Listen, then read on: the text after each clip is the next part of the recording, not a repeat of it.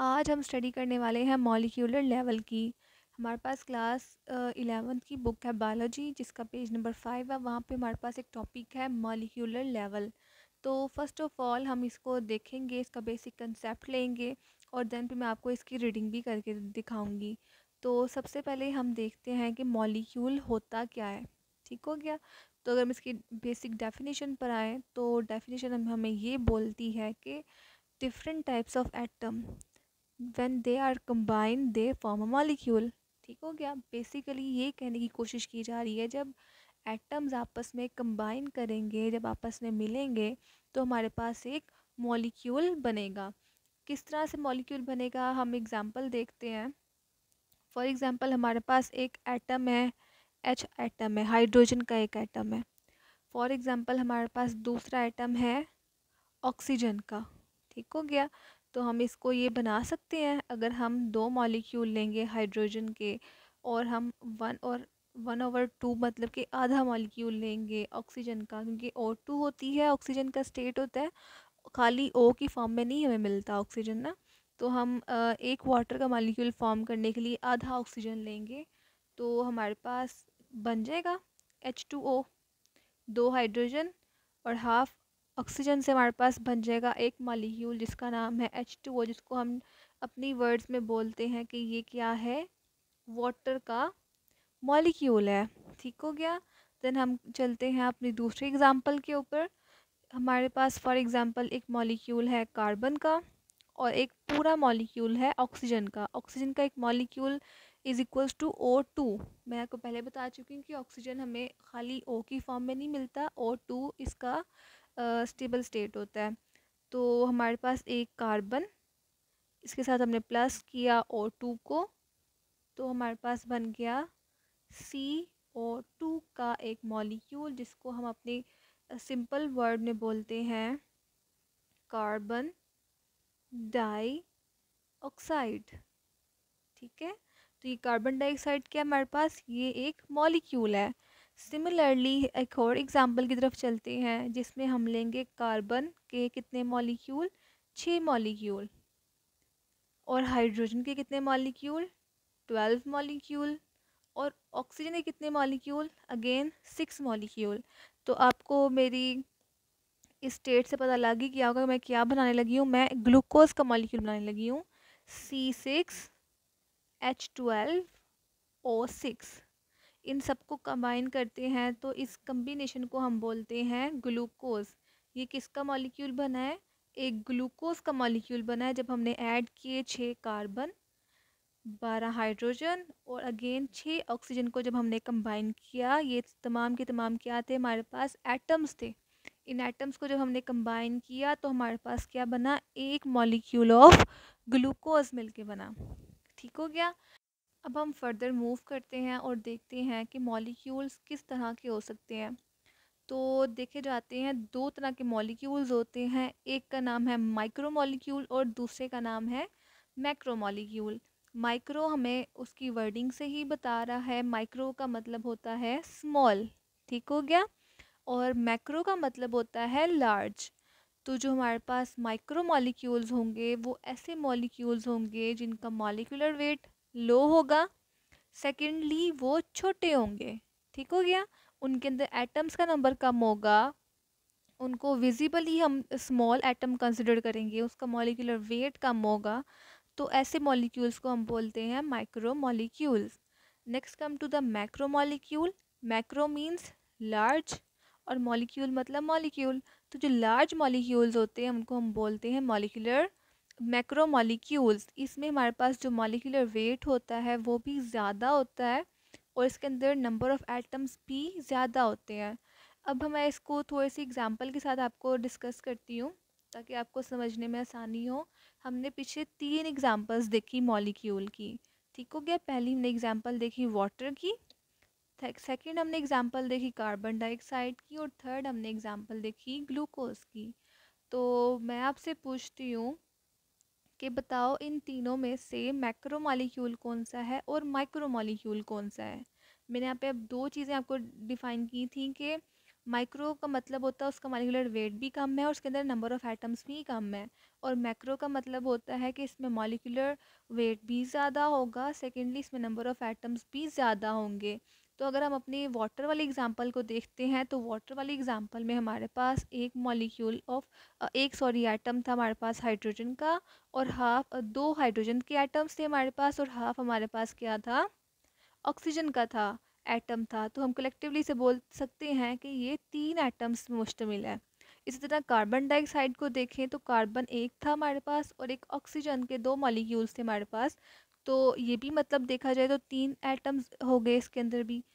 अब हम देखते हैं अपने ग्लूकोज को, इसमें हमारे पास छः मॉलिक्यूल्स हैं, सॉरी छः एटम्स हैं हमारे पास कार्बन के, 12 एटम्स हैं हमारे पास हाइड्रोजन के, और 6 एटम्स हैं हमारे पास ऑक्सीजन के। तो 12 और 6 हमारे पास होते हैं 18, 18 प्लस 6 हमारे पास होता है 24। तो 24 एटम्स हैं हमारे पास एक मॉलिक्यूल ऑफ ग्लूकोज में। तो ऑब्वियस सी एक ये मेक सेंस करती है एक चीज़ कि हमारे पास जो वाटर और कार्बन डाइऑक्साइड है, क्योंकि इनके अंदर मॉलिक एटम्स की तादाद जो है वो कम है as compare to the glucose, तो ये हमारी किस कैटेगरी में फॉल करेंगे, माइक्रो मॉलिक्यूल्स की कैटेगरी में फॉल करेंगे। क्या, हाइड्रोजन ओ सॉरी वाटर और साथ में कार्बन डाइऑक्साइड, ये दोनों क्या है, माइक्रो मॉलिक्यूल्स हैं। और हमारे पास मैक्रो मॉलिक्यूल क्या है, हमारे पास मैक्रो मॉलिक्यूल है एक ग्लूकोज का मॉलिक्यूल। ठीक हो गया। नेक्स्ट हम चलते हैं टाइप्स ऑफ मॉलिक्यूल के ऊपर। दो तरह के मॉलिक्यूल्स पाए जाते हैं, कौन कौन से, एक है ऑर्गेनिक मॉलिक्यूल और second one is the inorganic molecule. तो ऑर्गेनिक मॉलिक्यूल्स ऐसे मॉलिक्यूल्स होते हैं जिसके अंदर हमारे पास कार्बन और हाइड्रोजन ये दोनों मस्ट कंटेन होंगे। ठीक हो गया। ये अब हमने एग्जांपल पढ़ी ना ग्लूकोज की, इसमें हमारे पास कार्बन भी था और हाइड्रोजन भी था, ग्लूकोज भी है, लेकिन कार्बन और हाइड्रोजन दोनों आपस में कंबाइन एक मॉलिक्यूल के अंदर पाए जा रहे हैं। ठीक हो गया। तो ये हमारे पास जो ग्लूकोज है ये क्या है, हमारे पास एक ऑर्गेनिक मॉलिक्यूल है, क्योंकि इसके अंदर कार्बन भी है और हाइड्रोजन भी है, दोनों एक साथ पाए जाते हैं। Next come to the inorganic molecule. तो इनऑर्गेनिक मॉलिक्यूल ऐसा मॉलिक्यूल होगा जिसके अंदर या तो सिर्फ एक टाइम पर कार्बन होगा या तो फिर हाइड्रोजन होगा, दोनों इकट्ठे कभी भी और इनऑर्गेनिक मॉलिक्यूल्स में कंट्रीब्यूट नहीं करेंगे। या तो कार्बन होगा तो हाइड्रोजन नहीं होगा, अगर हाइड्रोजन है तो फिर वहाँ पर कार्बन जो होगा वो नहीं होगा। ऐसे मॉलिक्यूल्स को हम बोलते हैं इनऑर्गेनिक मॉलिक्यूल। और ऐसे मॉलिक्यूल जिसके अंदर कार्बन और हाइड्रोजन दोनों पाए जाते हैं एक ही वक्त में, एक ही स्ट्रक्चर में, एक ही मॉलिक्यूल के अंदर, ऐसे मॉलिक्यूल को हम ऑर्गेनिक मॉलिक्यूल कहते हैं। अब हम चलते हैं अपनी कुछ एग्जांपल्स के साथ कि कौन कौन से मॉलिक्यूल्स जो है हमारी बॉडी के अंदर पाए जाते हैं जिसमें माइक्रो और मैक्रो दोनों मॉलिक्यूल्स होंगे। तो हमारी बॉडी के अंदर पाए जाते हैं, अभी मैंने बताया आपको, ग्लूकोज पाया जाता है, वाटर भी पाया जाता है, कार्बन डाइऑक्साइड भी पाया जाता है, इस तरह fatty acid, glycerol, nucleotides, amino acids. आगे हम इनके फर्दर जब हम आगे स्टडी करेंगे ना तो हम इसके मॉलिक्यूल्स की फॉर्मेशन देखेंगे, इसके यूजेस देखेंगे, सब कुछ इसके बारे में डिटेल स्टडी करेंगे। अभी मैं सिर्फ आपको एग्जांपल दे रही हूँ, अभी सिर्फ आपने इसके नाम देखने हैं, इनके नामों से इसे याद करना है कि ये फैटी एसिड का एक मॉलिक्यूल है जो हमारी बॉडी में पाया जाता है, इसी तरह ग्लिसरॉल का एक मॉलिक्यूल है जो हमारी बॉडी में पाया जाता है, वाटर एक मॉलिक्यूल है, कार्बन डाइऑक्साइड मॉलिक्यूल है, ग्लूकोज एक मॉलिक्यूल है जो हमारी बॉडी में पाया जाता है। ठीक हो गया। तो ये कुछ था मेरा सम अप किया हुआ लेक्चर आपके लिए मॉलिक्यूलर लेवल के ऊपर। आई होप कि आपको समझ आई हो। अब हम चलते हैं इसकी रीडिंग के ऊपर। तो वर्ड टू वर्ड रीडिंग करते हैं ताकि आपको समझ आ सके कि मैंने आपको भी सम अप किसका करवाना है। तो मॉलिक्यूलर लेवल को स्टार्ट करते हैं। इन organism elements usually do not occur in isolated form. Isolated form कौन सी फॉर्म होती है, आइसोलेटेड फॉर्म ऐसी फॉर्म होती है जो कि अलग फॉर्म होती है, अकेला। आइसोलेट का मतलब होता है अकेला होना, ठीक है, सबसे अलग होना। अभी कोरोना गुजरा है तो गुजरा था, सॉरी, तो वहाँ पर जिसको जिन जिन पेशेंट को कोरोना होता था तो क्या कहा जाता था कि उनको उन पेशेंट्स को हम आइसोलेट कर रहे हैं, हम उनको क्वारंटीन में लेके जा रहे हैं। ठीक हो गया? यानी कि वो पेशेंट जो थे जिनको कोरोना होता था हम उनको आइसोलेट कर देते थे, उनको अलग कर देते थे। जो कि जो पेशेंट जो है वो फुली हेल्दी होते थे उनसे हम उनको अलग रखते थे। तो उन अलग रखने को हम बोलते हैं आइसोलेट करना। तो यहाँ पे बोला जा रहा है कि हमारी बॉडी के अंदर, ऑर्गेनिजम्स के अंदर कभी भी एलिमेंट्स जो होते हैं वो अलग फॉर्म में, अलग अलग स्टेट में नहीं रहते हैं, वो कंबाइंड स्टेट में रहते हैं। ठीक हो गया? The atoms of different element combine with each other. जो एटम्स होंगे डिफरेंट एलिमेंट्स के वो आपस में जुड़ के रहेंगे, आपस में एक दूसरे के साथ कंबाइंड फॉर्म में रहेंगे। और वो कंबाइंड किस फॉर्म में होंगे, कौन सा बॉन्ड होगा उनके दरमियान में? थ्रू आयोनिक और covalent bonding to produce the compounds. या तो वो आयोनिक बॉन्ड की फॉर्म में आपस में कंबाइन करेंगे, या तो फिर वो कोवलेंटली शेयर पेयर करके इलेक्ट्रॉन्स को फिर आपस में एक दूसरे के साथ रहेंगे और वो बनाएंगे एक कंपाउंड। अब ये जो कंपाउंड बना है इसकी स्टेबल फॉर्म को हम बोलते हैं मॉलिक्यूल। एग्जाम्पल मैं आपको पहले ही दे के समझा चुकी हूँ कि फॉर एग्जांपल एक हाइड्रोजन का एटम है हमारे पास, एक एटम है हमारे पास ऑक्सीजन का। ये दोनों जब कंबाइन करेंगे, इनके दरमियान में बॉन्डिंग होगी तो हमारे पास एक स्टेबल फॉर्म बनेगी वाटर की, जिसका नाम है मॉलिक्यूल।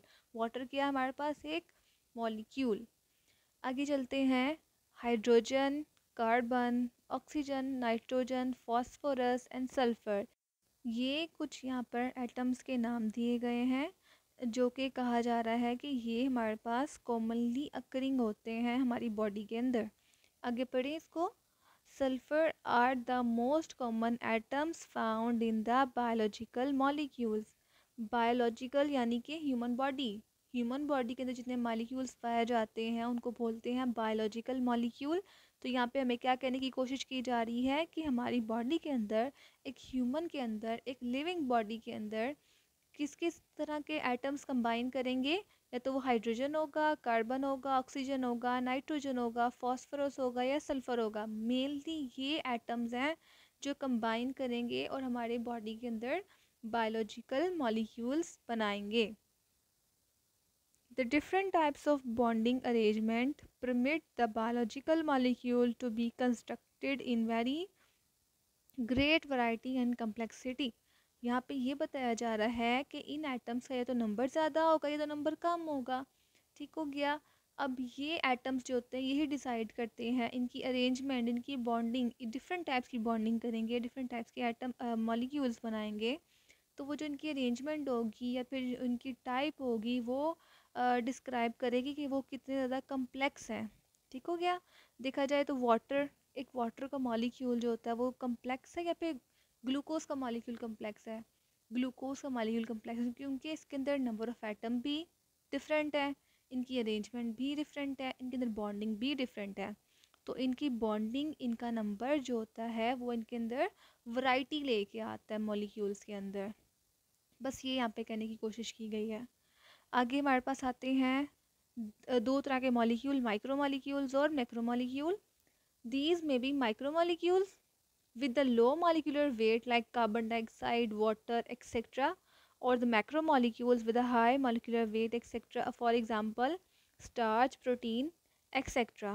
ठीक हो गया? यहाँ पे हम वो मतलब दे सकते हैं, हम इधर हेडिंग दे सकते हैं, इसको हाईलाइट कर सकते हैं। माइक्रो मॉलिक्यूल्स कौन से मॉलिक्यूल्स होते हैं? ऐसे मॉलिक्यूल्स होते हैं जिसका मॉलिकुलर वेट कम होता है। एग्जाम्पल के लिए उन्होंने हमें दो एग्जाम्पल दिए, कार्बन डाइऑक्साइड की और वाटर की। और मैक्रो मॉलिक्यूल्स ऐसे मॉलिक्यूल्स होते हैं जिनका मॉलिकुलर वेट ज़्यादा होता है। इसमें हमारे पास एग्जांपल है स्टार्च की, प्रोटीन की, हम ग्लूकोज की एग्जांपल भी यहाँ पे पुट कर सकते हैं। ठीक हो गया? अपनी मर्जी है। तो ये हमारे पास क्या होते हैं? मैक्रो मॉलिक्यूल्स होते हैं। अब आगे कम चलते हैं हम। Biological word has two types of molecule. यहाँ पे हम हेडिंग दे सकते हैं टाइप्स ऑफ मॉलिक्यूल की। तो यहाँ पे हम हेडिंग देंगे टाइप्स ऑफ मॉलिक्यूल की। कौन कौन से टाइप्स ऑफ मॉलिक्यूल के? एक ऑर्गेनिक है और दूसरा इनऑर्गेनिक है। Organic and inorganic. अब यहाँ पर हम ऑर्गेनिक को हाईलाइट करेंगे। यहाँ पे इसकी डेफिनेशन है which is an organic molecule is any molecule containing both carbon and hydrogen। मैं आपको पहले ही फर्दर बता चुकी हूँ कि ऑर्गेनिक मॉलिक्यूल्स कौन से मॉलिक्यूल होंगे? ऐसे मॉलिक्यूल होंगे जिसके अंदर कार्बन और हाइड्रोजन दोनों प्रेजेंट होंगे।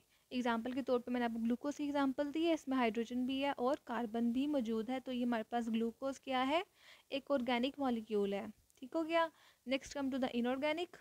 Inorganic molecule do not include the carbon and hydrogen together in a molecule. दोनों इकट्ठे कभी भी नहीं एक मॉलिक्यूल में पाए जाएंगे। ऐसे मॉलिक्यूल को क्या बोला जाएगा, inorganic molecule. An organism is usually formed by enormous number of micro and the macromolecule of hundreds of different types। यहाँ पर बताया जा रहा है कि हमारी बॉडी के अंदर तकरीबन हज़ारों की तादाद में मॉलिक्यूल्स पाए जाते हैं। ठीक हो गया। वो मैक्रो मॉलिक्यूल्स भी हो सकते हैं, वो माइक्रो मॉलिक्यूल्स भी हो सकते हैं, लेकिन इनकी डिफरेंट टाइप्स पाई जाती है। कितनी डिफरेंट टाइप्स, तकरीबन हज़ारों की तादाद से डिफरेंट डिफरेंट टाइप्स के मॉलिक्यूल्स हमारी बॉडी के अंदर पाए जाते हैं। Some most important and abundant organic molecule in organisms are. यहाँ पर कुछ एग्जांपल दी गई है ऑर्गेनिक मॉलिक्यूल्स की जो हमारी बॉडी में पाई जाती है। वो कौन कौन से मॉलिक्यूल हैं, वो ग्लूकोज है, अमाइनो एसिड है, फैटी एसिड है, ग्लिसरॉल है, न्यूक्लियोटाइड है। और न्यूक्लियोटाइड कौन कौन सी है, ATP, ADP, AMP. A for adenosine, T for tri, P for phosphate. इसी तरह A for adenosine, D for di, P for phosphate. इस तरह A for adenosine, M for mono और पी फॉर फॉस्फेट। यहाँ पर सिर्फ नंबर ऑफ फॉस्फेट का फ़र्क है, बाकी सारा का सारा स्ट्रक्चर होता है वो सेम होता है। हम इन सब के बारे में, अमाइनो एसिड के बारे में, फैटी एसिड के बारे में, ग्लिसरॉल के बारे में, न्यूक्लियोटाइड्स के बारे में, इवन दो ग्लूकोज के बारे में भी हम आगे फर्दर जो है वो स्टडी करेंगे, डिटेल स्टडी करेंगे इसके बारे में। ठीक हो गया। अभी तक के लिए सिर्फ आपने इन मॉलिक्यूल्स का नाम याद रखना है जो कि हमारे मॉलिक्यूलर लेवल के अंदर फॉल करते हैं। तो आज का लेक्चर यहाँ तक ही था। आई होप कि आपको समझ आए।